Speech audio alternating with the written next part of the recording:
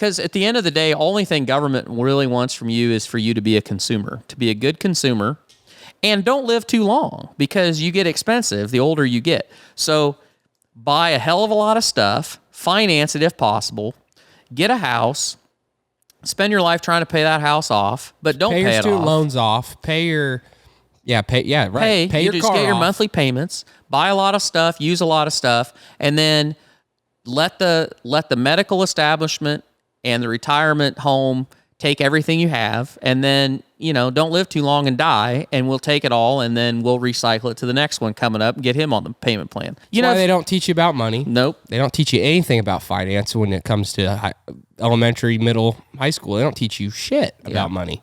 They don't want you to be rich. They don't care if you're rich. They just don't want you to be independent. Right. They don't want you to be independent. Right. If you're rich and you consume a lot and you circulate a lot of money, and at the end of the day, you don't transfer any of that wealth to your next generation, that's where they don't like that. Yeah. As long as you circulate a lot of money, they're good with it. All of the food we eat and much of the clothing we wear comes from plants and animals that are raised on farms. Farms are different in type, in size, and even in name.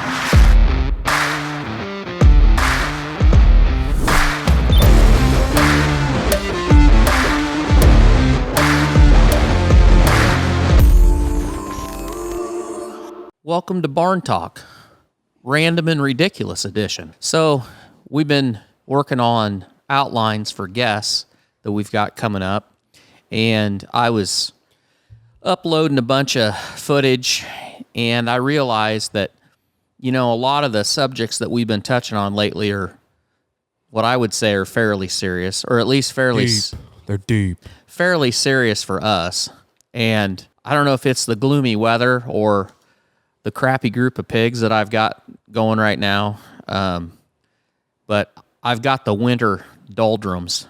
I think back to if you're a kid of the 80s and you were lucky enough to grow up on a farm and you had a John Deere liquefier or a three-wheeler or a dirt bike, but three-wheelers work better in the winter. Dirt bikes not so much, but I was lucky that I had a few ATCs, and winter was fun.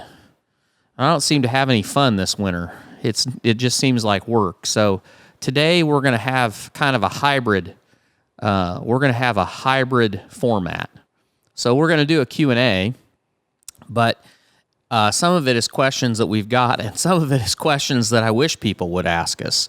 And it might be wonderful, it might be horrible, but it should be entertaining. Should be fun. It'll make winter fun. Right. That's our goal.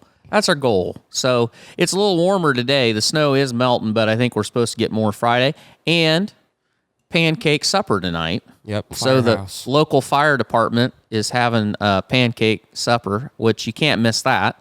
That's like small town America at its best. It is 100%. Pork producers providing the sausage, which is fire. That sausage is damn good. Yep. One more thing before we get this thing started, I just wanted to say, leave us a review if you get any value from this, guys. Share it out with your friends, family, coworkers, whoever. If you get any value at all, pay the fee. That's kind of the ticket to admission to watching or listening to the show, is just share it out. So we also have merch, Barn Talk merch. I'm wearing it right now. Black sweatshirt. We also got a white sweatshirt.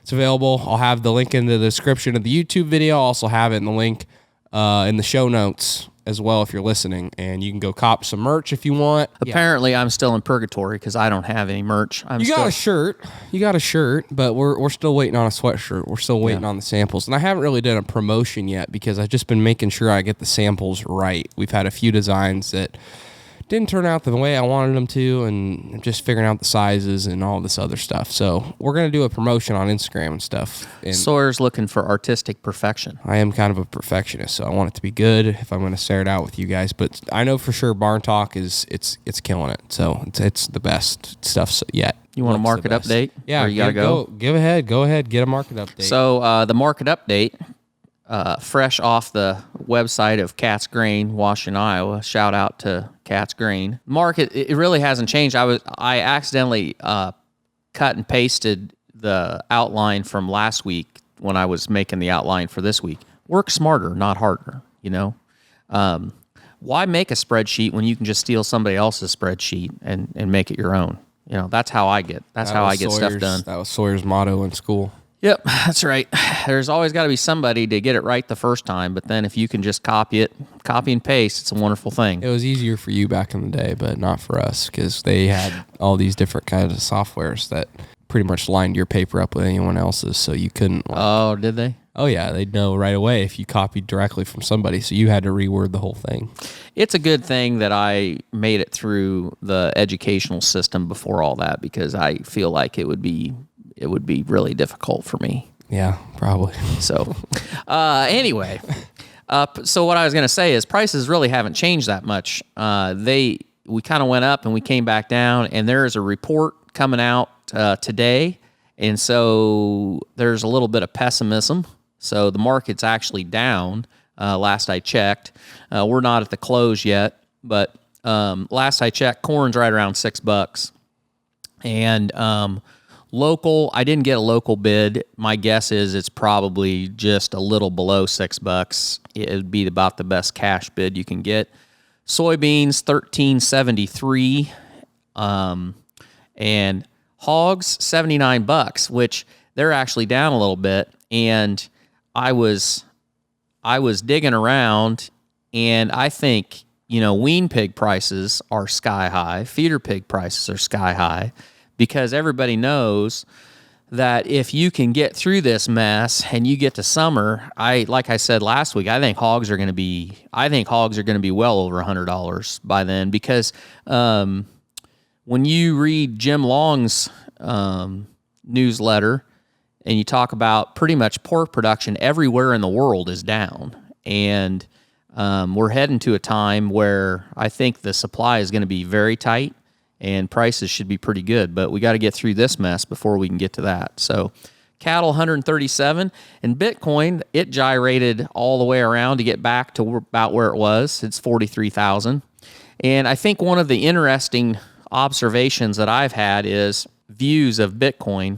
Some people believe that it operates completely independently of the rest of the crypto world. Well, and the rest of the currency markets, stock market, all that.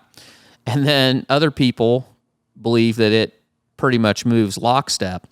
And I'll tell you what, I think, because it has acted like the stock market we've had a lot of down days this last week. But I think what it really runs on right now is liquidity. So if it looks like there is a lot of liquidity in the market, Bitcoin moves up because there's a lot of money that can flow to it. But when the Fed starts talking about tapering, raising interest rates, and cutting the money supply, Bitcoin's down. And the reason, I think, is because people are speculating that there's not going to be as much money out to capital to invest. So I don't know. We'll see where that gets sorted out. Tesla's back hard today, finally, back up above $1,100. And we're about 2 weeks away from their annual report, so we'll see where that goes. That'll be a deep dive for you. Oh, there'll be a deep dive. We should just have one podcast of Dad just going through Tesla's annual report, just in depth, just narrating it. Well, we could do a live. Catching all the laughs, all the moments of you going, oh man, they're gonna crush it. Well, they are gonna crush it, so we'll do that. We'll do the abbreviated version, though. Kind of we won't go through all of it. Okay. So that's pretty much it for the market report today, and I'll start.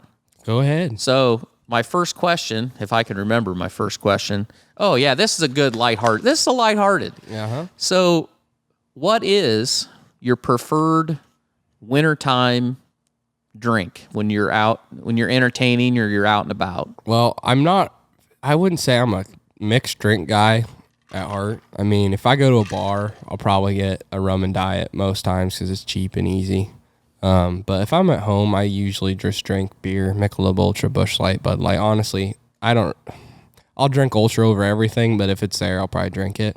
But if I have to drink a mixed drink, something that I absolutely love, and this might be more of a fall time drink, but Crown Apple Sprite is just amazing. It's fire. I love it. I can drink like too much of it, totally. And it's one of those things that you can drink 2 of them mix, and then after that, it doesn't matter if it's mixed with anything because I can just drink it straight because Crown Apple just is great. It's great. It's my favorite flavor of Crown. I mean, I like Crown too, but Crown Apple, man, that's awesome. And with the Sprite, it just makes it just great. It's good, but Crown's expensive, so I don't go and buy a lot of Crown Apple. And I just tend to drink beer most of the times. But if I have to get a mixed drink, Crown Apple Sprite's my go-to. And bars overcharge for it, so I don't really get that unless I'm feeling real lucky and just like screw it. Once Barn Talk hits 25K, I'll drink some Crown Apple Sprite probably. But yeah, Not at my house because I won't keep a bottle of it because I hate it. yeah, you like Crown though. I like Crown, You're a but big Crown Crown guy. Apple is like, it's got like a the thing is, it's like eating a Jolly Rancher. Like 3 hours later, you can still taste that artificial apple flavor. You don't like that. You got to go get some junk food. Drunk food. There you go, get drunk food. Get some pizza or something. I don't wash know. it to eat it down and get that flavor out of your mouth. What's your winter drink of choice? So Pops? I have kind of really gotten into old fashions. I don't drink a lot, but I like a drink that I can sip on.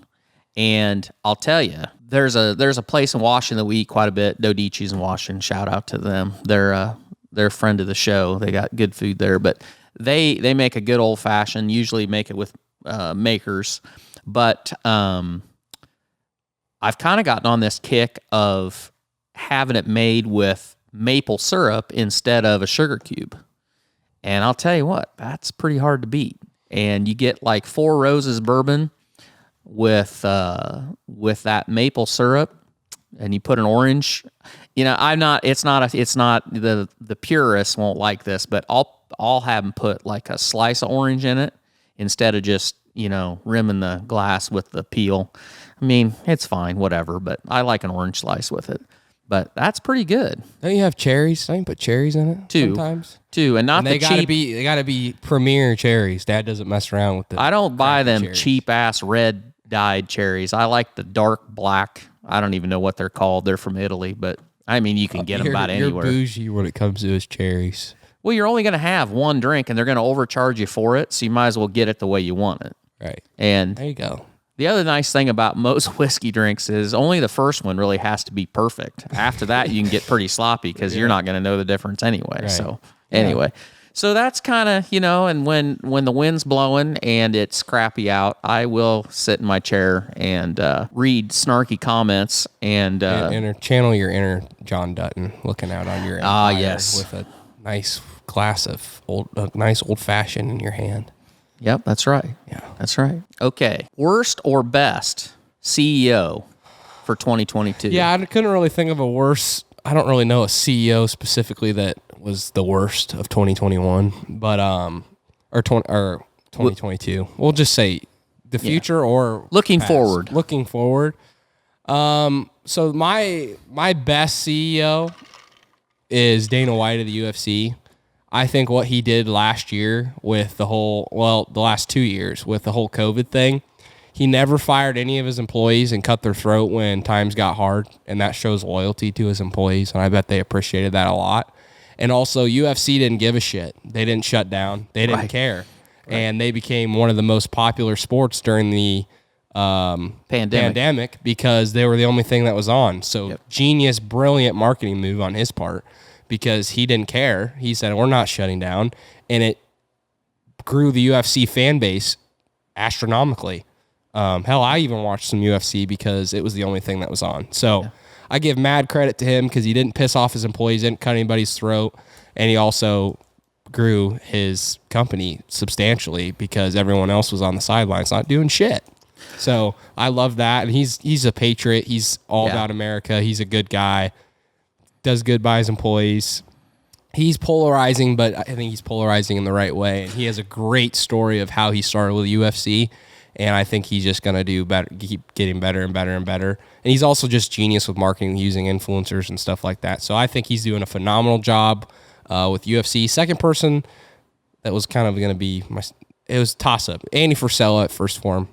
I listen to his podcast all the time, but he's a great CEO. He also has, he's polarizing, but he's on the right side of this whole pandemic coronavirus thing, and I think people are waking up to it, and his employees appreciate him, and he's doing good on his marketing, growing substantially too. Authentic. Yeah, he is very authentic. Both of them are authentic, and that's going to be a major trend. We're going to get into trends, but that's a major trend going up in social media and just across the world is people want realness. We're not doing this fake highlight reel stuff on social media anymore where it's show everything that's perfect and pretty and awesome. That doesn't capture people like it used to. So those guys do a really good job of being authentic. Yeah.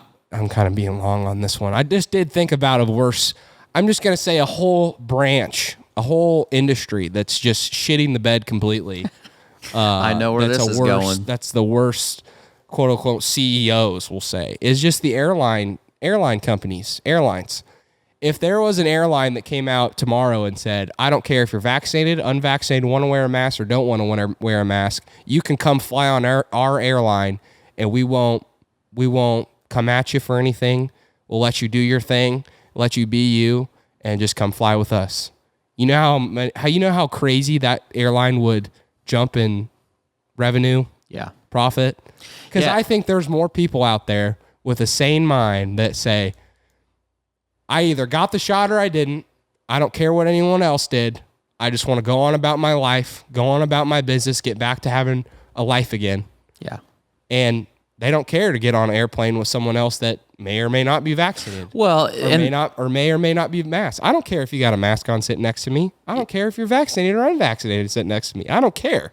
I know I got what I want to do. I know you got what you want to do. And I think most people are in that box. And I think if an airline came out and said that none of that shit matters, we can go back to being normal, they would crush every other airline out there. They would absolutely decimate them. Well, I think the science is kind of on their side in the fact that on the one hand, you got the CDC that came out now and said, well, these masks don't really work, especially cloth masks. Cloth masks they don't work at all.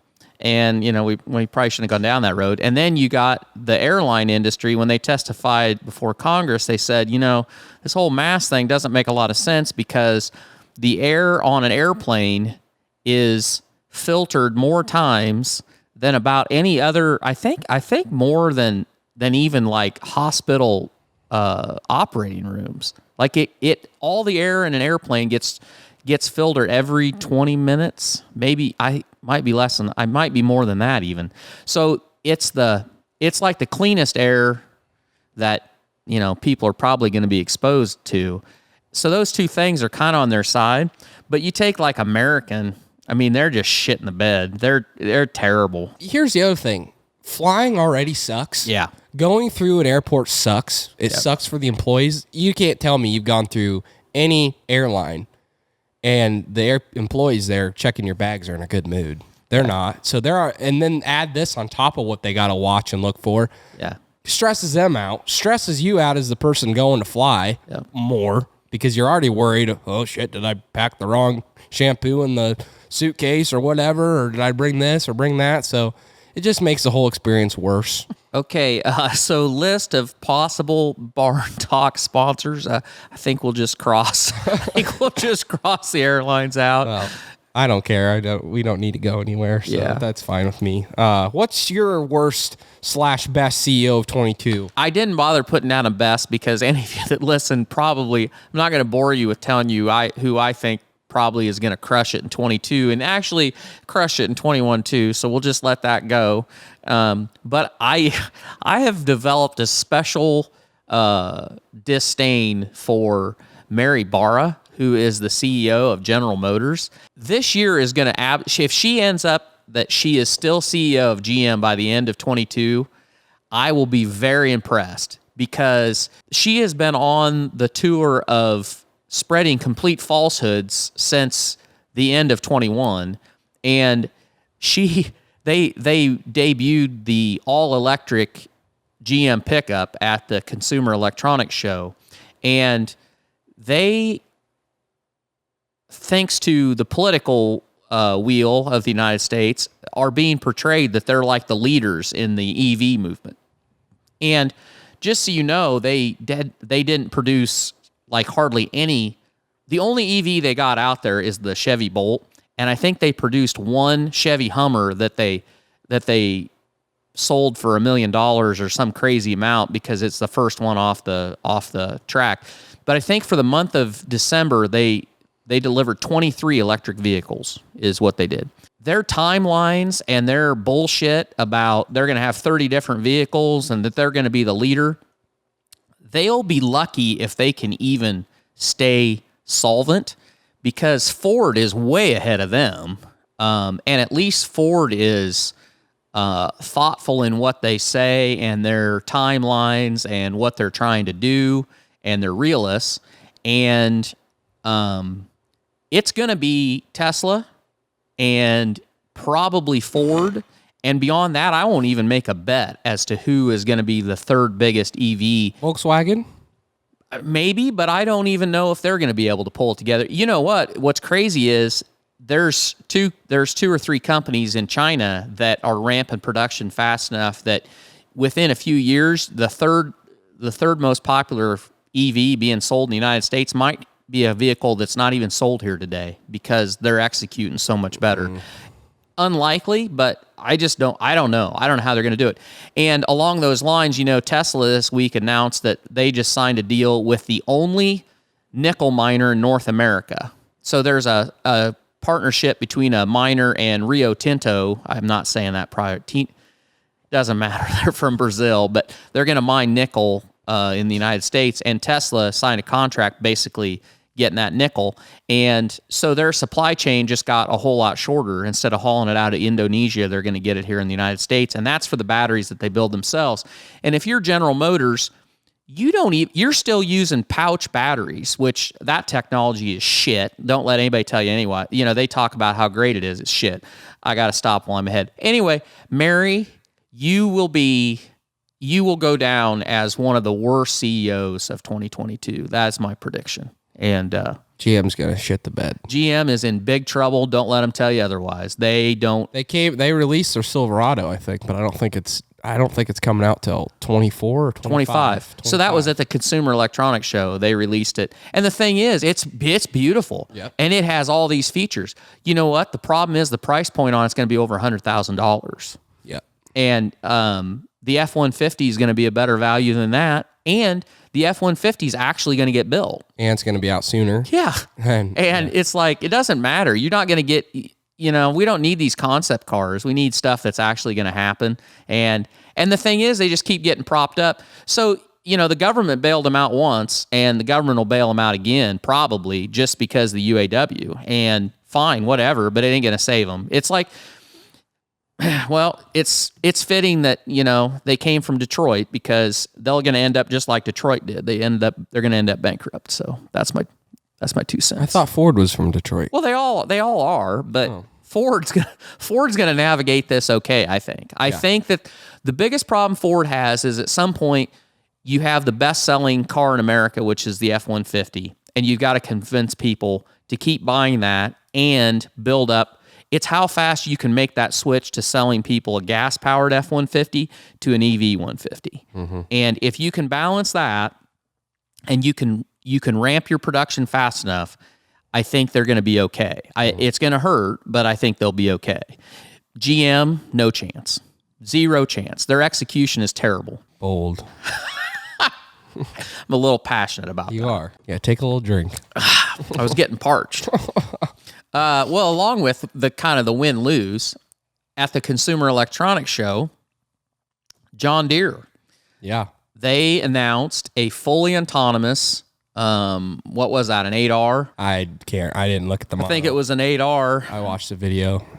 Pulling a chisel plow, and it was fully autonomous, and they said that it could do 325 acres in a 24-hour period or something like that with nobody driving. Yep.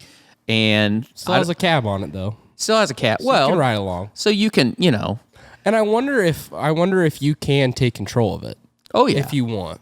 No, guaranteed you can. They better do that. Well, before we get into that, let's just talk about it a little bit as far as, like, what do you think? What do you feel about? What are your thoughts on autonomous tractors? Like, what do you think about it? Do you think that people will?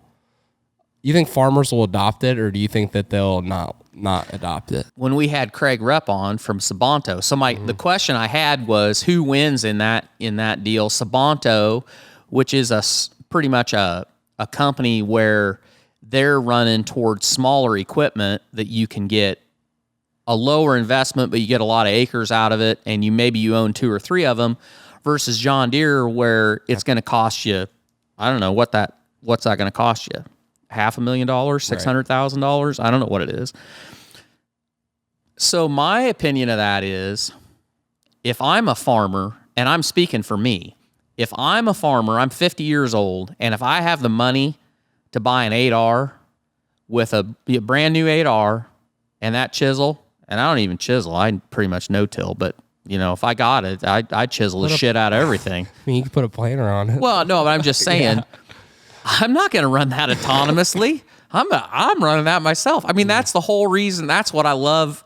Well, that's I mean, why let's people face love it. That's farming. what we love about farming. Is it's something to be kind of proud of, and I love running equipment. Now, that's the first week of harvest. By the third week of harvest, or by the last week of harvest, if you could get it done autonomous, you'd be like, hit the button and go, because you're tired of all the stuff breaking. The nice part with it, I think, is you could run it all day, and that thing's going to go at night for you. Yep, you could do that. Or whenever you want to feel like quitting, or if you want to go get lunch, Yep. you can get out and go get lunch. Yeah. It's just whether that price tag is worth, if it's going to return that to you. But then the other thing, I feel like you got 2 competing ideas. You got that on one side, which is the idea of bigger equipment, bigger stuff. And then you've got like Sabanto's model of, you can take, because you can run a piece of equipment 24 hours a day and you don't need to be there, you could actually cover more acres with smaller equipment and have less money tied up in equipment. And those two competing... I think both are right. I mean, I think both can work. But like Craig said, that his goal, his mission is to get more first-generation farmers involved in agriculture, which I think is awesome. And I think that model... For guys that are just getting started, or for smaller farmers, homesteaders, stuff like that. Yep. I think Sabanto's going to crush that market. I think they're going to absolutely crush it. And they might get to the point where they even get into the bigger stuff. the bigger stuff. Yeah. Well, just they already can. Right. Or get into like us. I guess you'd say we're more interested in the John Deere tractor, right? But he might be able to get more guys that are interested in that to come over to Sabanto and look, hey, this is more efficient. You just have less cost. Got to get 3 tractors instead of 1 big one. But so I don't know who wins out on that, and maybe it's a deal that nobody wins out on it. I think that Case IH ain't winning. That's who's losing. not at that situation. They're like GM right now. Where are you? Come on, boys. Oh, they're working on it. I know. I'm sure they're all working on it. They're working on it. But it's going to come. I guess the other side of it is Deere have to go that route, because they've got to produce expensive equipment with good margin to pay for the juggernaut that is John Deere. Right. And so there is no money for them to be made in producing Kubota-sized tractors that are fully autonomous, because that hurts their, let's face it, their bread and butter is big green iron. And so it's obvious that that's why they would go that route. And I think, like you said, it may not be a winner take all. It's going to be, there's room for both of them. But technology-wise, it's a good deal that we're getting to that point, because that's what we're going to need, because labor. Yeah, I mean, it's such a hard thing, because it's just like you said, we all want to drive that big equipment, run that big equipment, but at the same time, you also got to think about, is this the best use of my time? Because I saw the video of a farmer showcasing it, him using it on his farm, and he was just saying like, yes, I absolutely love doing it. I love being in the tractor, but at the same time, is this the best way to spend my time every season of every year as a farmer, when I could, focus on marketing my grain better, getting a better marketing plan for my grain, or, just doing stuff for the business that you don't really get to do as much as a farmer. Farmers don't really get to do that all the time, because they're so busy all the time with running the equipment and stuff. Yep. So I don't know. That's such a hard thing. I think younger people are probably more likely to adopt it than older. Yep. But the thing is, the older people have the money most of the time. So I think eventually it wins out. I mean, I think for sure that autonomous tractors and equipment will be the thing. It's just the window. I don't know how long that. And takes. I don't know if there'll be a substantial advantage to people that adopt it or not. Do you think? It depends on the price point. It depends on whether you have labor. It depends on how expensive it is to maintain and how bulletproof it is. Because if you're a large farmer, and you're strapped, you're struggling with labor, it solves that problem if it's dependable, if it is cost effective. But time will tell whether that works or not. Because we thought about like, okay, what if you get an autonomous tractor and you go and you can rent ground then, and you can do it. You don't have to worry about getting guys, and you don't have to. It can get it all planted or chiseled in a decent amount of time. Right. Where you used to be like stressing and worrying. So whether your people are going to show up, whether you're going to keep your people, then what are you going to do with those people? The other thing about large grain operations is, what do you do? These people you hired run equipment for you. What do you do with them the rest of the year? Because you need them for harvest, you need them for planting, and you don't need them the rest of the time. So autonomy may solve that. No loser, no winner. It's too early to tell anyway. Yep, just interesting. Yeah, Case better come out with a video though here soon. That's my critique for Case IH. You better come out with an autonomous tractor or a trailer or a video or something showcasing that you're even in the game. Yep. To let people know. Where's my jetpack innovation question, Dad? Where's our jetpacks yet? I mean, you don't have to talk to me, because I'm a child of. When are you going to be Tony Stark? I don't know, because I wasn't very old when Johnny Quest came out. Johnny Quest had a jetpack, and I'm like, damn, you're still waiting. I'm still waiting. So, what technology are you most excited for? Just future-wise, broad question. Top of the list, least practical, but most amazing piece that I think is going to actually be, I won't say perfected, because I don't know if it'll ever be perfected, but that would be SpaceX Starship that will eventually go to Mars. So, and if any of you aren't familiar with it, they've got a rocket that will land itself. So if you've seen the Falcon 9 launches satellites. It launches the capsule that goes to the International Space Station, and then that rocket comes back and actually lands on a pad or lands on a ship in the Gulf, and they reuse the rocket. The downside to the Falcon 9 is it's not a big rocket. It can't lift enough weight to get so if the goal is to go back to the moon, which that's one of NASA's goals, is go back to the moon, it can't lift a big enough payload for the orbiter or the capsule that'll actually land on the moon. You need something bigger than that. And SpaceX been working on it for a long time, and I can't remember if it's SN13 maybe is the one that they took off, and then it was able to land. It landed, but then it ultimately catch on fire and blew up. but they got it figured. They've got the technology figured out as far as they can do it, and they're building. Starship 20 is built actually, and they have built the mechanism. It's called Mechzilla, is what the tag they use on it, but it's actually. I would challenge anybody that doesn't know anything about it to check that out on YouTube or Google it. And basically what it is, it's a reusable rocket and it's a reusable capsule where it can take off, and then when it comes back to Earth, it flips around and it lands on the pad on land, and the launch tower actually catches it.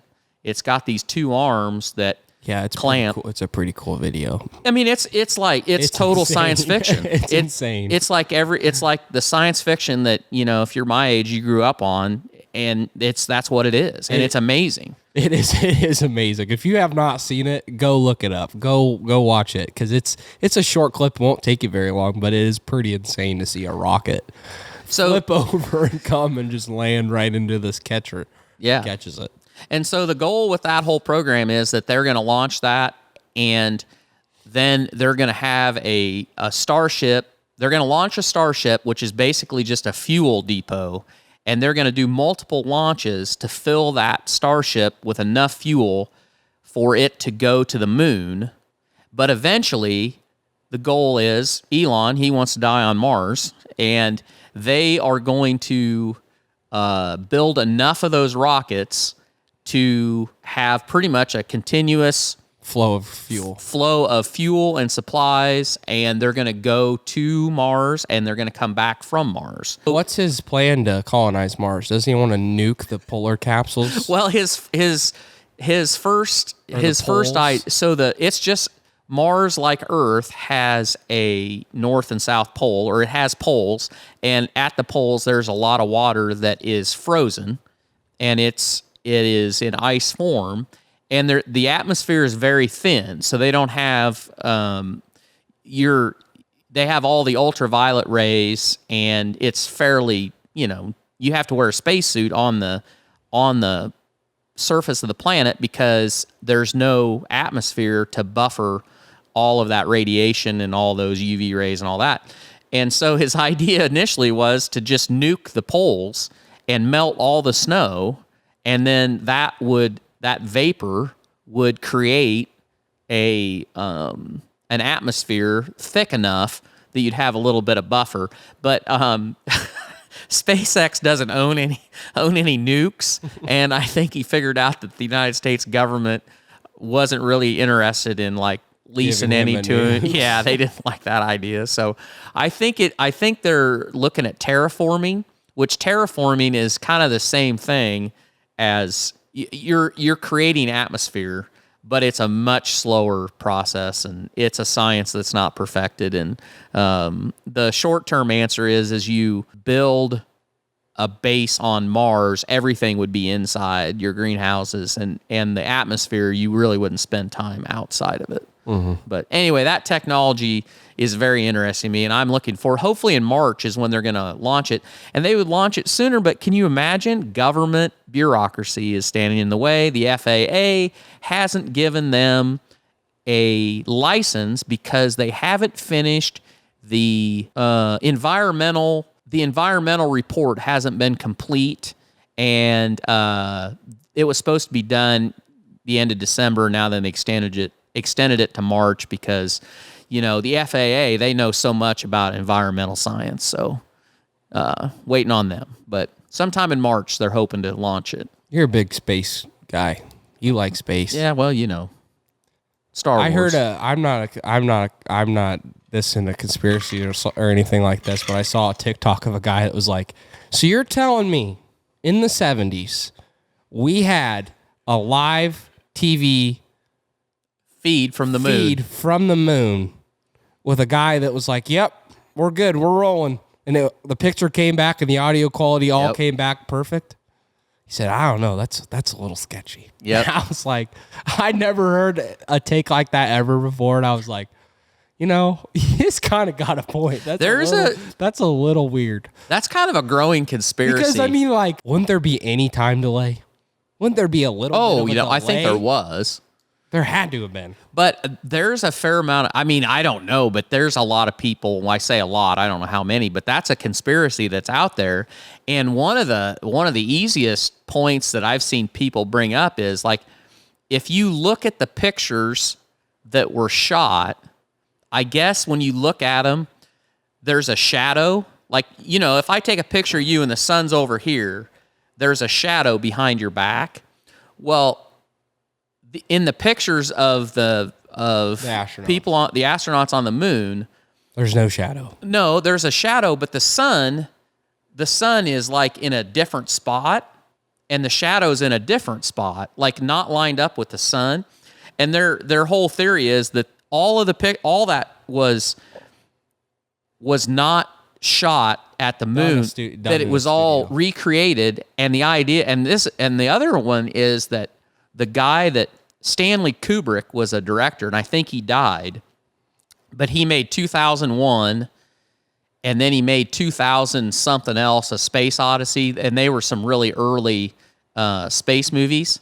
But it came out the same time as the moon launch, and people are convinced that they had Stanley Kubrick build the set and shoot the astronauts because some people don't argue that they went to the moon, but that they argue that they didn't actually, they weren't able to shoot it, so they recreated it. Well, might agree with that. And then there's other people that claim that they never want went. to promote it. I mean, it's it was all about beating the Russians, right? And so that wouldn't surprise me at all. But there's no doubt in my mind that we've gone to space and gone to the moon and stuff. Yeah. Like, I don't doubt that at all.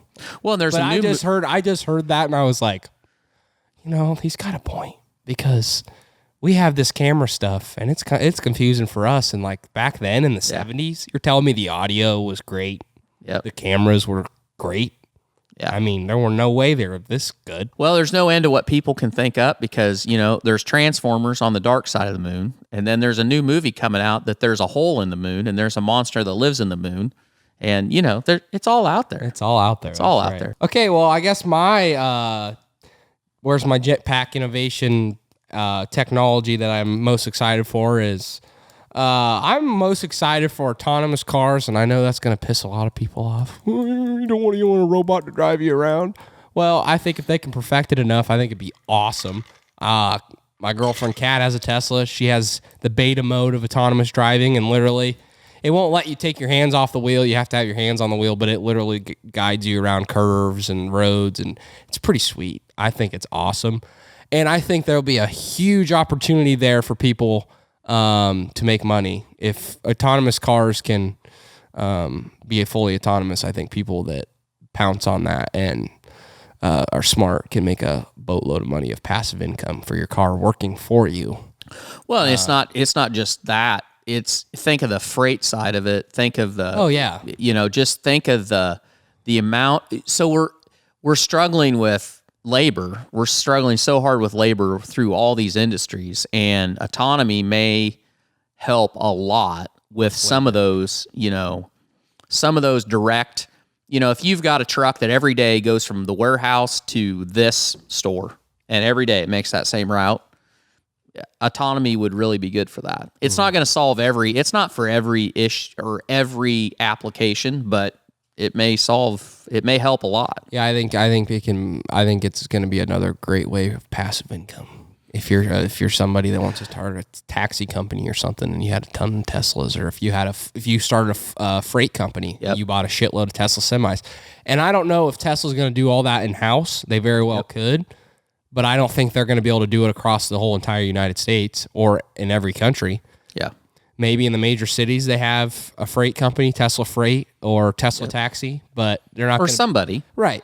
They may not be the only one that perfects it. So they are delivering, the first 15 Tesla semis are being delivered to PepsiCo in California this month. I don't know if any of them have been delivered yet, but there's 15 of them, and they announced that they would be delivering them by the end of January. Yep. And the chargers are there. So it's going to be really interesting to see how that works. How they hold up and all that. And my other one that I want to throw in there was vertical farming.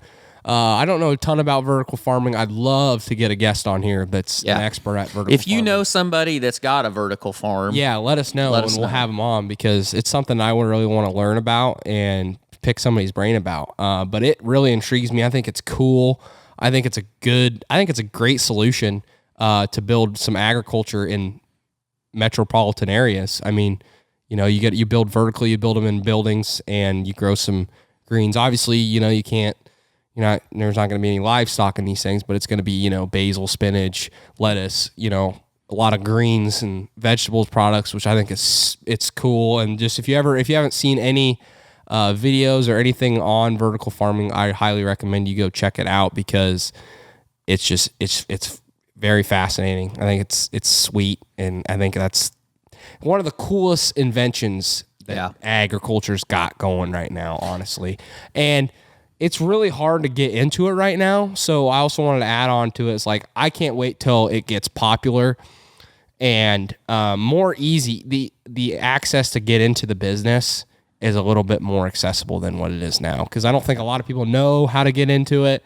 There's a lot of the utilities on it, like water is insane. The electricity is insane. So they got a lot of stuff they still got to figure out. And then the profit margins on what they sell aren't great. So there's a lot of stuff that's got to get figured out. But I think it is the future for sure. And I'd love to know more about it. Because if you can figure that out, it solves a few problems. Because one of the biggest problems with produce is logistics. Yep. And one of the other biggest problems of produce is labor, because so much of our greens are grown in the southwestern part of the United States, and they rely on migrant labor because you don't need labor all the time. So you're looking to hire people part-time. Right. And usually you've got to bring those people in on ag visas from Mexico or somewhere else. And with immigration, that's a tough deal. And then it's only part-time. And then you've got to truck all that, and it goes bad. So you got to treat it like a lot of it. I don't know what they spray it with, but they spray it with stuff to, or they spray wax on it or whatever to help preserve it. So if you can get, vertical farming, if you can perfect it, if it can be viable and you can have it in cities, you've eliminated a lot of transportation. You may not have eliminated all that labor, but you've spread that labor out to where you can find it in different places. Well, I think more young people would be more inclined and excited to go into a sci-fi vertical farm rather than a hot-ass field in, I don't know, Texas, or wherever. And we don't know enough to talk intelligently about it, even though that's never stopped us before. But we'd like to get somebody on here. If you know somebody that's doing it, or know somebody that knows somebody that knows somebody that's doing it, drop in the comments and we'll track them down. I'm not stupid either. Well, maybe a little bit, but I understand that people are starting to talk about plant-based meat, and I understand that we're a hog. Tasty. And I understand that we're hog farmers, and I understand that our operation relies on the meat industry quite a bit. And so I'm not going to sit here and be stupid and just say, oh, that stuff's never going to happen. Oh, that stuff's never going to happen. It's something that intrigues me because it's something that I may or may not want to get myself into, just because it would hedge our bet against how the world moves. Right. And so that's why vertical farming intrigues me. I'm not going to say, oh, plant-based meat will never happen. It's happening. It's happening. It's happening. It's just a matter of the adoption rate of it. It's just a matter of if people like it or not. But it does worry me. I won't lie. It does worry me. And it's not something that I'm just going to look by and say, oh, I'm not going to look at that. Yeah. I mean, there's a difference there between vertical farming, where you're producing, you're producing the same plant that you were growing in the dirt, versus growing a pork chop in a however you do it, and adding whatever chemicals you need to make a compound that kind of tastes like what Mother Nature made. I'm not saying that vertical farming is how you grow plant-based meat. I'm not saying that. I'm just saying it's a good way to hedge our bet. Yeah. If everyone's moving towards plants and plant-based stuff, it's a good idea to maybe go into the plant business a little bit, like spinach, basil, lettuce, cabbage, whatever, that kind of stuff that's grown in vertical farms. Because if that's the way the world's eating their food, and that's the only way they want to eat their food, good way to go. So I don't know. That's my thought. I just like to share my perspective and my thoughts on things. Well, thank you for that. That's very insightful. How I'm thinking about vertical farming, because most people be like, well, you're a hog farmer. Why do you care? But that's why I care. So, Dad, how many coronavirus strains will we see in 22? Does anyone care though? I mean, I don't think anybody cares, but I saw I thought this question up yesterday because I saw that Moderna or Johnson & Johnson said that they would have an Omicron variant booster shot by mid-March. And I don't think anybody's going to care, because by mid-March, pretty much everybody will have had it. I mean, I've known so many people that have got this cold, this Omicron virus, and it's like they got a cold or whatever. Now, granted, I'm pretty sure the CDC came out and said treat the Omicron variant as a common cold. Yeah, right. They came out and literally said that. So anyway, that they're gonna have a booster for that, so they can run you through. I mean, it's kind of like running your cows through the chute, and we just run us through and give us another shot. And I don't know, how many shots do you want? I mean, it's like I bet you there's 3 more. I'll bet you in 22 there's 3 more strains.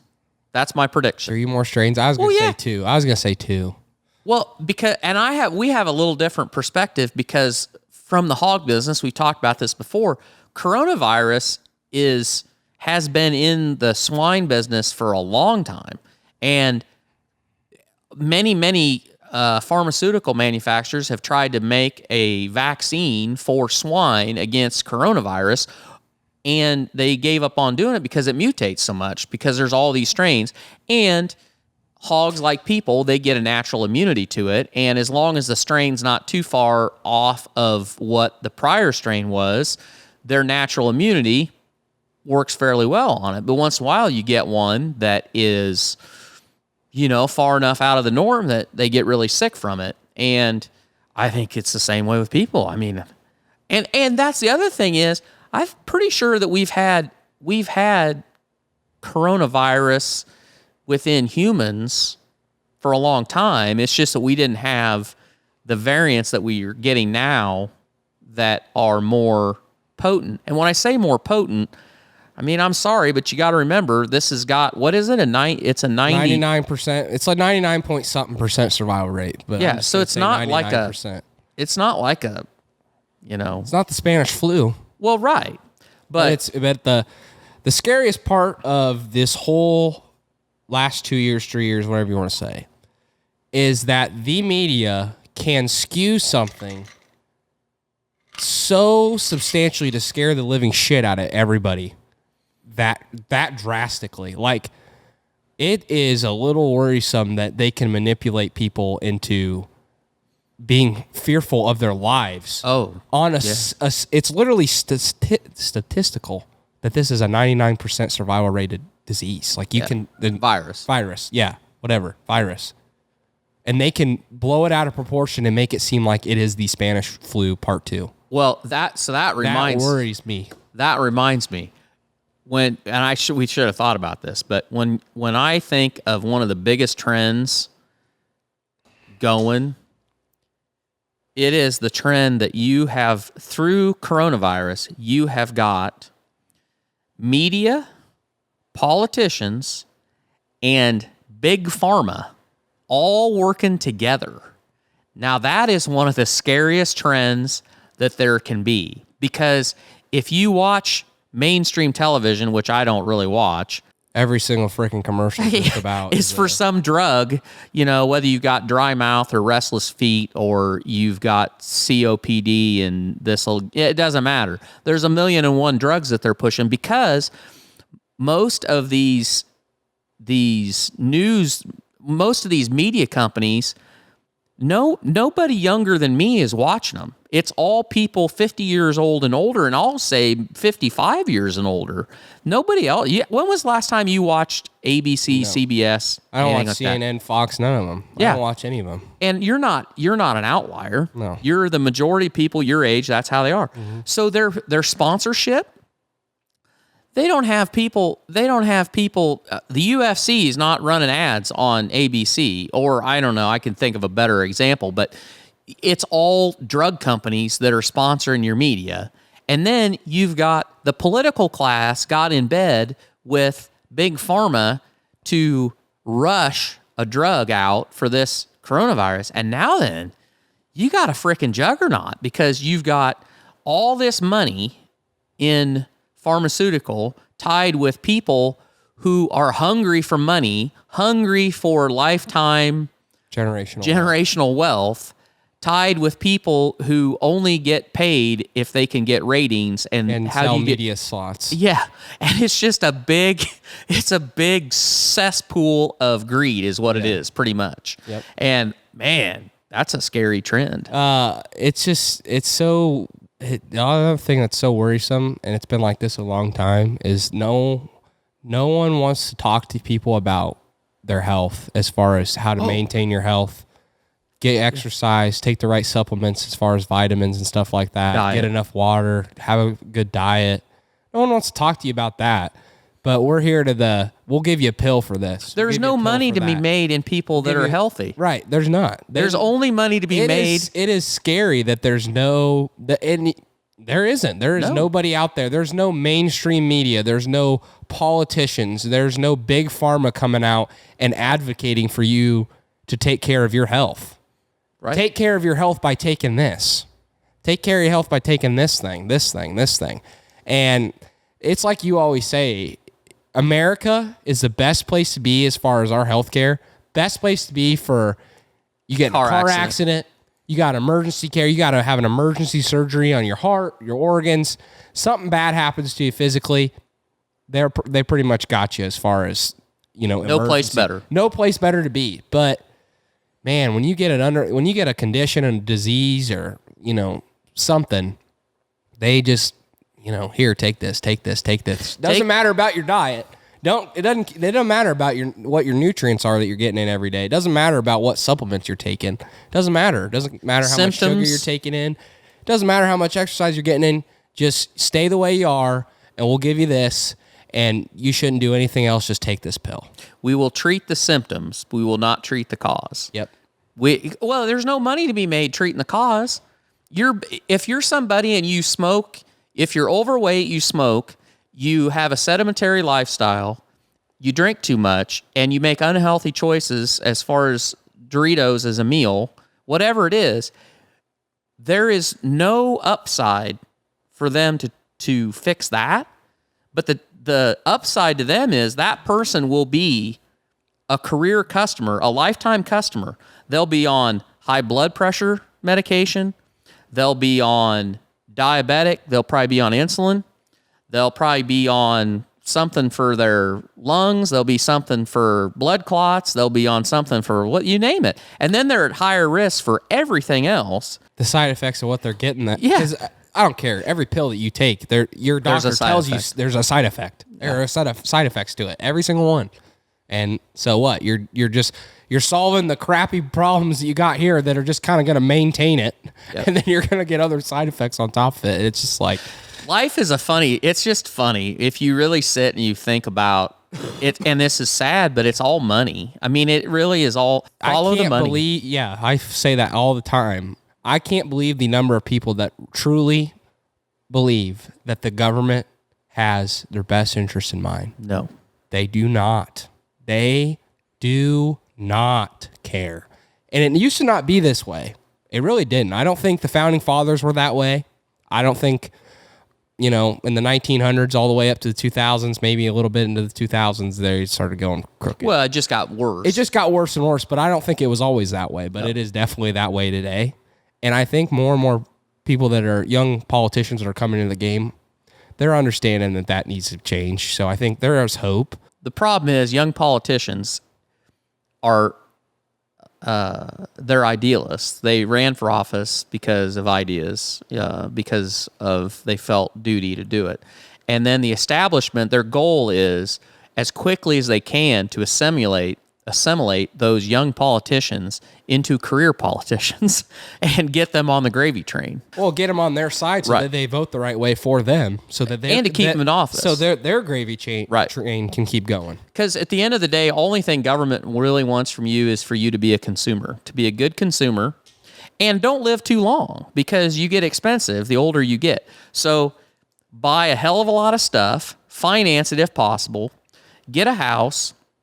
Spend your life trying to pay that house off, but don't pay it off. Pay your student loans off. Pay your your car get your monthly payments. Buy a lot of stuff. Use a lot of stuff, and then let the medical establishment and the retirement home take everything you have, and then don't live too long and die, and we'll take it all, and then we'll recycle it to the next one coming up and get him on the payment plan. That's why they don't teach you about money. Nope. They don't teach you anything about finance when it comes to elementary, middle, high school. They don't teach you shit about money. They don't want you to be rich. They don't care if you're rich. They just don't want you to be independent. Right. They don't want you to be independent. Right. If you're rich and you consume a lot and you circulate a lot of money, and at the end of the day you don't transfer any of that wealth to your next generation, that's where they don't like that. Yeah. As long as you circulate a lot of money, they're good with it. Yeah, that was a long little rant, but This is an easy one. I threw it in there. This is a little old time. Any of you that are listening. So which is better? 2 pair of cotton flannel gloves or 1 pair of lined leather gloves? I've only used lined leather. I don't think I've ever used 2 pairs of cotton flannel. That might have been. I know Grandpa was kind of on that train. But I've always used leather, and I like the line. Is the lined leather with the cotton inside of them? Well, they're fuzz. Yeah, some kind of fuzz. I like those. Those work great for me. They work good for me. So I think part of that goes back to the only problem with them is, let me say this: when you do small stuff with your fingers, your fingers are fat.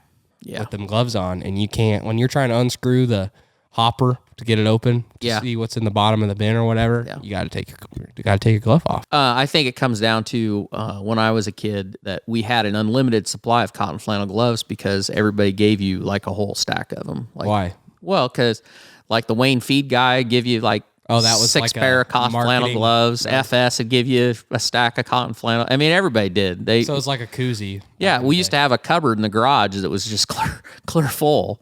And so 1 pair, and they got cheaper. You know, it's like everything. As they went, the giveaways got cheaper. They weren't as thick as they were when they started. It's cotton. That's why you had to go to 2 pair. So you take a yellow pair, and then they had these bluish green ones, and then you put the bluish green ones over the yellow ones, and those were some. Now then, you can't even get a decent pair of cotton flannel gloves, I don't think. Probably because the cost of making them is higher than what they can sell them at, so they're just getting rid of them. But the other day, I was thinking about that. I was like, what happened? I don't know. Where'd they go? Because I'd probably try You're it. on the leather trade now. Yeah, I am. You're a big leather guy. Well, my goal is to send Sawyer outside so that I don't have to worry about my hands getting cold. But it doesn't work all Doesn't that always well. work out that well. Huh? Not so much. What is the biggest trend that no one's talking about? Well, I think you already hit on one. I hit on that. I wasn't planning on talking about that as far as the collusion between political and medical and all that. But I saw a story the other day. Somebody was complaining about, I think it was downtown Minneapolis, how bad a shape it's in since, they had the riots and that's what happens when you get rid of your police force. Or right. Much ridicule anyone that wants to join the police force. And they were talking about how there's so much delinquent property tax, and downtown there's nothing going on there, that it's kind of a ghost town. And I think that's one of the trends that nobody's, like, I wouldn't say that they're not talking about it, but it's not reported accurately, because I think you're just going to see more of that, because one thing that this pandemic has done is it's made so many people realize that they don't have to have on the corporate side, they've realized they don't have to have an office building near as big as they used to, because they don't need near as many people coming in. They can work from home. But then on the other side of it is there's so many people that did, and one of the easy ones is, editing, like video editing, audio editing. Well, for the employees too, like you don't have to live in the same city that employer is if you can work from home. Right. I know a good buddy, Boone, shout out to Boone. He works for a company that's in a different country, and he works all from home. Yeah. And he gets to just live in Iowa. Yep. He loves duck hunting. He loves outside, he loves nature, and he lives in Iowa, and he doesn't have to go to an office every single day. Yeah. And that's huge. That's becoming a huge thing. Well, and that falls into a lot of these people that they might have worked for a company, and then they realize through the pandemic that they can do what they're doing for them for anybody. Right. And they started freelancing. Or I think people are just starting to see that they can work for themselves a lot more. It's a lot easier than it used to be. And then there's a certain amount of people that just said, screw this, I'm not putting up with this bullshit, and I'm just staying home, or I'm retiring. There's a hell of a lot of people, that were kind of on the edge of, they were about to the age that they could retire, and this just set them over the edge. You're like, I ain't putting up with this. They said, the hell with it, and they got out of the. Well, let's be honest. The inner cities, it just sucks. Cities suck. They just suck. There's stuff to do, but gosh, do you really want to be that? Do you want that many people around you all the time? They're great, Sawyer. They're great. I'm all about going and visiting Nashville, Dallas, Kansas City.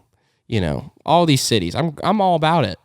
Go visit. But I don't want to live there. Are you I know, but kidding I'm me? glad that there's a lot of people that want to, because I don't want all of them coming Well, here. that's the trend, though. That's what you're saying. That's Yeah. the trend. People are seeing how beautiful Montana is, how beautiful Idaho is, how beautiful God's country, Iowa, Texas, all these places are, and how less crowded it is and how less strict it is. Yeah. They're seeing that. Did you see that Amazon's moving Meta is moving their headquarters to Austin, Texas? Austin is popping. It is. How scary is that? Like, if you're in Texas, my brother lives in Flower Mound, Texas, and one of the popular backyard barbecue conversations is whether Texas is going to get flipped red flip blue. Sorry, blue. because of all the people that are coming there from California. And it's like, yeah, it's great having all those people there, and all those people are thankful to be out of the hell that is California or Chicago or New York. Well, I was going to just say, continue your thought after this, but like our little town, we've had a ton of people come from Chicago. Yeah. And I'm sure we're not the only small town in America that's been seeing this movement of new people coming from bigger cities. Yep. That the They're cost sick of it. and the other thing is cost of living. You want to talk about cost of living? Cost of living in a small town in America, way less than a cost of living somewhere in, the city. So Right. it's a big factor, but continue. They have a saying down there that welcome to Texas, don't bring your politics with you, is what they say. And I saw this story 2 days ago, and it, spin is something else within the media. And this was from the LA Times, and they were because I was looking up what cities had the most population decrease is what it was, and states also. And the LA Times had a story about how California's population had declined. And they said nothing about people leaving to go to other states. The story was entirely about what is the biggest reason the population is dropping in California by the LA Times. What do you think? Coronavirus. Deaths from coronavirus, number one. Less immigration.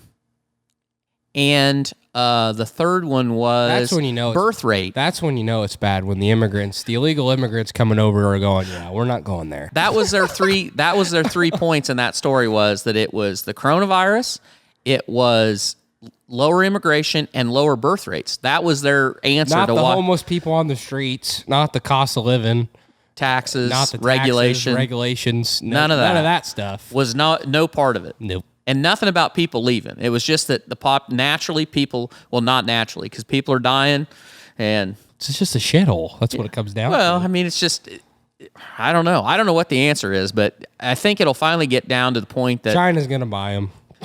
maybe. I don't know. That's a prediction. Maybe. I don't know.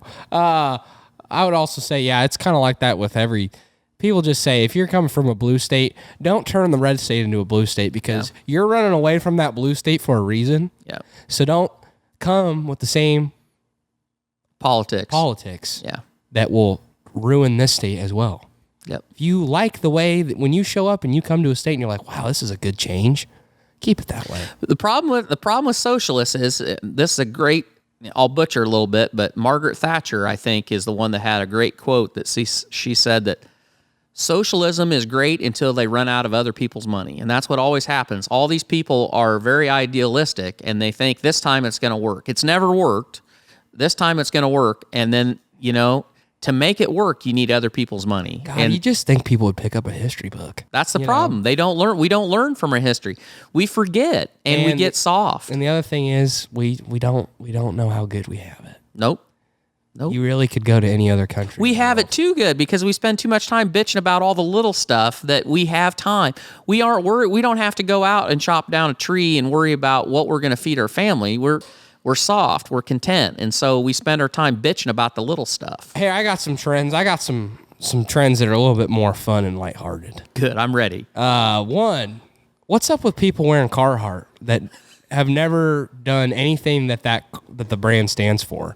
I will give a shout out to Carhartt, though, for absolutely just killing it, because now Carhartt's mainstream, and I bet they are making more money than they've ever made in their entire life. But, dude, Carhartt has always been a blue-collar brand, always been a farmer brand, always been about, hard work, busting your balls, blue-collar jobs. And now you got everybody wearing a freaking Carhartt hat that you see walking around the street, and Carhartt coats. Not bad. The quality we've known for a while, the quality's phenomenal. If you've been rocking Carhartt for a while, you've probably been a blue collar person or been a farmer. We know Carhartt's awesome. It's great, works great, quality's great, keeps you warm, and it looks good. It's a simplistic brand, but man, people are wearing Carhartt and then don't even understand what it takes to wear Carhartt. They don't even know what Carhartt stands for or what it means to wear Carhartt. You know what I'm saying? I think it's a great meme. It is kind of a great meme. It is kind of funny. People are starting to pick up on that. Come on, guys. What's up with everybody in Carhartt? And I'm not bashing on anyone. Wear Carhartt if you want. Great marketing by them. Yeah, I told them. I said they're, making a pile of money. They're probably making more money than they ever made in their entire history. Yeah, because farmers wouldn't buy half the stuff that they got now because it's so overpriced. But that's the one thing that I will say they have got a little bit pricey. I said the quality we've known for a while. Quality's phenomenal. Yep. Keeps you warm. Looks good. Simplistic. Yep. But yeah, it's kind of getting a bit ridiculous. It is. But, and the other thing I want to say as a big trend is Blackstones. Oh, yeah. Blackstones has become a huge thing. I bet money that has been the number one seller for Christmas of 21? Yeah. Christmas of 21, yeah. I know so many people that got Blackstones. I got a Blackstone. Dad got a Blackstone.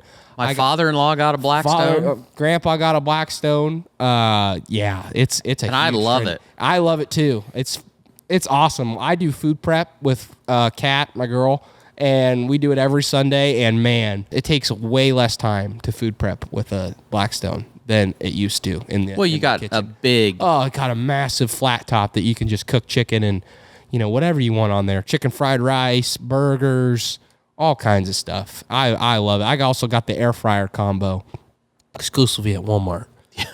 So that was pretty sweet. Have you got that perfected? Yeah. You weren't happy with it when you started. Well, the problem was I didn't plug in the fan.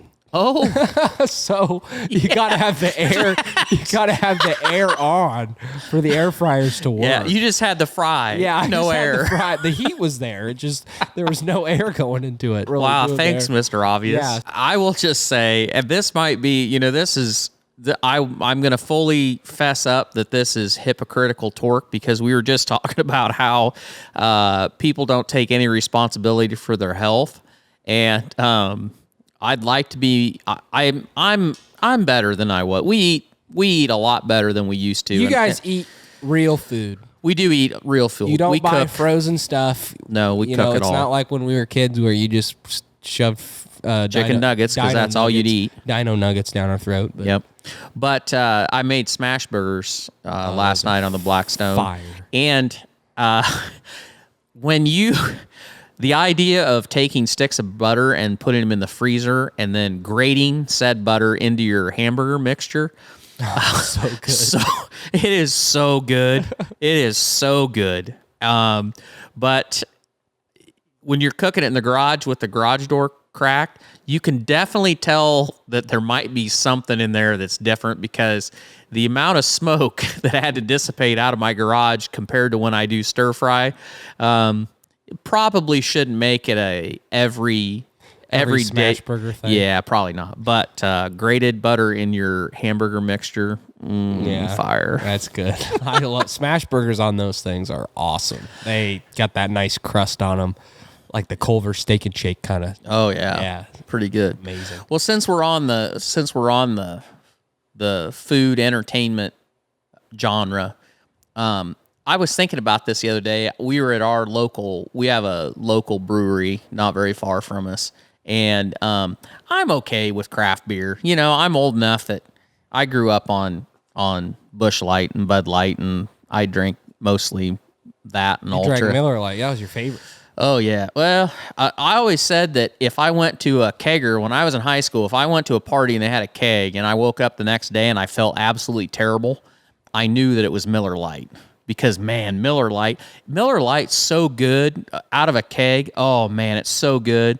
But, boy, you just feel like shit. Well, when we went to that Cowboys game, those screw-off aluminum cans, all they sold was Miller Lite. Yeah. And that was good. It was good. Damn. When I started dating my wife, her father-in-law, he was a pure Miller Lite guy. A lot of people that age, Miller Lite was what they drank because It was like their Busch Light. yeah, because there was no light beer. I think Bud Light was the first light beer. So Miller Lite was always marketed as the superior light light beer. Third less calories, less fill. I can't remember what the hell the commercial was, but I was thinking when we were up there at the brewery, if you're an old timer working at the Budweiser distribution center, you got to just be like, what in the hell has happened? Because at the start of your career, you sold Bud, and then you sold Bud Light. And now it's like every Seltzers. week there is something new. Oh, and this craft beer, half of this craft beer is shit. I mean, it's terrible. And it's like, what can we throw in here? Grapefruit rinds or blueberries or tennis shoes. Yeah, or Tennis shoe leather. lawn sweepings. I mean, it's anything. We need to make one and have it rotten beans. Rotten beans or corn dust, bean bin dust. Well, I will say I haven't had an IPA that tastes like rotten beans, but man, There's some. You know what? There's some good. We have a local. Well, it's not really local, but it's about 25 minutes, 30 minutes away. Big Grove. Yeah. They have some great. I don't know. Are those craft beers? You Yeah. call those craft beers? They have some great craft beers. I think. they got some really trashy ones too. There's some bad ones, but it's really you got to find what you like. The phenomena of a local brew pub like that, like Big Grove, that's fantastic. Yeah. I love Big Grove, and in the summertime, it's fun to go there. Yeah. It's great. I just go there and have a Michelob Old-fashioned Ultra or a Michelob Ultra. But anyway, I just think it's interesting how, and it's kind of like everything. My thing is, if you're going to be a beer, I mean, they're an alcohol company, right? Yeah. But you're mostly known for beer. Quit getting in the seltzers. Yeah. I don't need a Bud Light seltzer. They're looking for the next thing though. Yeah, I know. Constantly. And it's just stick to what you're good at. Yep. That's fine. It's all right. You got good beer. Just keep it that way. That never stopped us. That's true. We're farmers. I guess just keep innovating. Whatever, Yeah, just whatever keep you want to do, innovating. Budweiser. Do we want to end on a high note or a low note? Or do you want to just say, I mean, do we really want to, do we want to bring people down? I know there's somebody there's a person that comments and says, thanks for not keeping it political. Well, you're not going to want to listen to this one because it's kind of political a little bit. We got some politics in this. Well, but you could pick somebody on the other side of the aisle, but we're not going to. We could pick a Republican. Oh, well, no. But we're not going to. No, we're not. There's plenty of shitty Republicans too, as far as that goes. Whatever. Okay, porous acting by a politician. Did you mean like acting as far as like saying that they're gonna do something and not do it, or basically I'm just saying like piece of political grandstanding, like them trying to take the moral high ground when they're just a piece of crap. Well, I'll go first. I don't like Nancy Pelosi, and there's a ton of people that don't. And I think I don't like her crooked. eyebrows. She's crooked as hell. She has no respect at all. She doesn't care. Her way or the highway, pretty much. Yep. When she ripped Trump's speech, I mean, what the hell was that? And I know you might not like Trump and you think he's not a stand-up guy, whatever, but come on. That's just childish as hell. You shouldn't be even in that position if you can't even act right. She is And I personally believe that no politician should be able to invest in individual stocks, hell, the stock market at all, and your spouse shouldn't either while you're in office. Because you want to talk about somebody that's crooked as far as the stock market goes. Oh, well, we'll just have this company tell me some information, and then when it hits public or hits this date, I'm going to have my husband buy in a ton of shares, and then they'll tell me when to sell it, and I'll just sell it for an absolutely insane profit. And no one's talking about that. If you want to get into an excellent EFT, just follow Nancy Pelosi's. Just buy what Nancy's buying. ETF. Yeah, ETF. What'd I say? EFT. EMP. You want to talk about why everyone's like, why do these old people want to stay in politics? Yeah. I don't know, because they're probably making hundreds of millions of dollars by getting fluffed by some business. Hey, you can invest in our company if you vote the right way for our business to succeed in the House or in the Senate. Okay, great. I'll do that. for you if you fluff my pockets a little bit. Okay, well, we're going That public. doesn't happen. Whatever. Go look at this chart. It's insane. I mean, it's people just don't understand that it is all about You're talking about like the chart of what politicians' net worth is when they get into office versus when they leave. And they're supposed to make? What are they supposed to actually make? I don't know. Not very much. Not millions of dollars. It's supposed to be, I think it's hundreds, it's $300,000, $200,000. Yeah. Less than Anthony Fauci makes. So that's my take. I don't like her. Yeah, and it's not just those politicians. It's so many people in government. I think he stepped down. The head of the Federal Reserve. I think the chairman of the Federal Reserve stepped down because a bunch of his insider. Well, they're not saying it's insider, but basically he's stepping down. So I think he's like, probably going to get hammered on that. But he had a bunch of money invested that all came to light. And he's leaving because they were going to charge him with conflict of interest and all that. But it's rampant. I mean, that's the problem. And it's not just the politicians, it's the bureaucrats that have been elected to so many of these jobs. Once they get in there, it's a career deal, and nobody's keeping them in check because so many of those, they're not elected. Once they're appointed, they don't ever have to be appointed again, so they've got it for life. Term limits or no stock market investing for you or your spouse? All of it. Yeah, all of it. 100%. I mean, you need to get back to the point that the only people that went to Congress were people that could afford to go to Congress because they were business people that had been successful enough that they could afford to go there and not get paid. In the beginning, people that went to the legislature to run for that office, you were basically agreeing that you weren't going to get any money whatsoever. They didn't get paid. You were doing it for the betterment of the country. You were doing it for the betterment of the country. That's how it went. And we got away from that a long time ago, and it's just gotten considerably worse. And, I mean, that's the problem. The problem is that we're all flawed. And you look at any civilization that's been on this earth, and I guarantee you every single one of them, whether it was the Romans, whether it was the Greeks, whether it was the Ming Dynasty, the Egyptians, whoever, they all thought that they had it figured out. Every one of them thought they had it figured out. And they all thought that the way that they were doing it was the best and that they were doing the right thing. And even though they had their problems, blah, blah, blah. And guess what? It ended up falling in a heap. And today's world, we'd all like to think that we're so much smarter than we were back then. But you know what? The common factor is people don't change. Men today are just as flawed. We're every bit as flawed today as we were 100 years ago or 1,000 years ago. They were more flawed because we don't have any balls. Well, the only difference today is you hear about everything, and before they were able to hide a lot more till it got really bad. Mm-hmm. But yeah, I mean, you should never put your faith in men because it'll fail you every time, including, yourself. We're all flawed. Yeah, but no one's coming for you. That's nobody's coming for you. No one's coming to help you. So just take the responsibility and change your life the way. Do everything you can to change your circumstance if you're not happy, because guess what? Government's not going to help. I don't think I don't even need to give my worst politician, because I think I just painted all of them with a brush. And I will say I'm equal opportunity.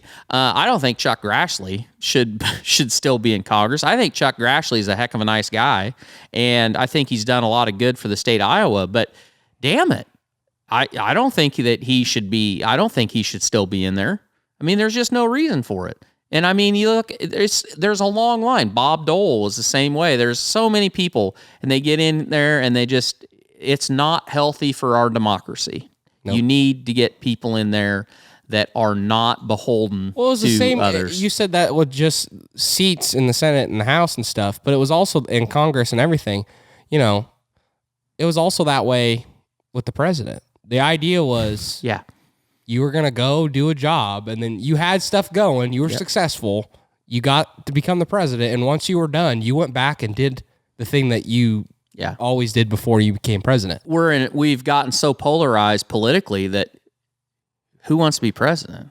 I mean, you pretty much have to be a complete narcissist to be president. People get pissed at Trump. Well, holy cow, Trump's the perfect person to want to be president because he's a narcissist. And we're all like, oh, that's terrible. You don't think Joe Biden's a narcissist? Heck yes, he is. And to go through the hell that you have to endure to become president and stay president, you have to be. You just have to be, because otherwise there's no way mentally that you'd be able to withstand that barrage of negativity. And so, these guys, and I just, I think it's hilarious that for all of the uproar over our last election, when it was all said and done, we ended up with an old white guy. And, who knows what 22 is going to be, but I really don't care, but I hope we don't end up with an old white guy. I mean, I don't know. There's got to be some new ideas out there, and I hope we get them. And the sad part about Joe Biden is his legacy has completely took a shit. I mean, his legacy, he was a part of history. I don't care what side you are on. Yeah. First black president ever to be elected. He was his vice president. Yep. It was a historical moment in America. And now you went from that to absolutely destroy. Right, this first year of your presidency has been absolutely a disaster. Yeah, and you are tarnishing your legacy. Yeah, and I don't know if he knows that or not. Who knows what he's thinking? I don't know if he knows. I don't know, but it's sad to see that he's absolutely destroying his legacy. Hunter appreciates it though. Yeah. Hunter is his legacy. So his legacy's already destroyed. In China or Japan or something. He's fine. I think we've covered it. I don't know if we left you in a better mood than where we started. You know what? I had fun because we don't get a bash on. We don't get to talk about that stuff enough, and I think it's important, and I think it's good to let people know where we stand because I'd say we're a little bit of middle in the road. We're not all the way right. We're not all the way left. We have some beliefs on both sides, but you know what? We're just Americans, and it's nice to get a refresh. It's nice to see other people thinking the way that you're thinking. I don't think enough regular thinking Americans are speaking up because they're scared. No, that's 100%. I like to share our opinion a little bit. And here, I'll give you some hope. Maybe I'll give you some hope, or maybe you won't like what I tell you, but we all get caught up about, media, and the media is just paints people in such a poor light. Joe Rogan has a bigger subscribership than CNN and MS. Tucker Carlson, all of them. All of them put together. I mean, he's 4 times bigger than the next competitor as far as viewership. I listened to the All In podcast, and there's 3 guys on there. 4, I think. Right? Is there 4? I think there's 4. And it's really good. Hell, their subscribership is bigger than MSNBC.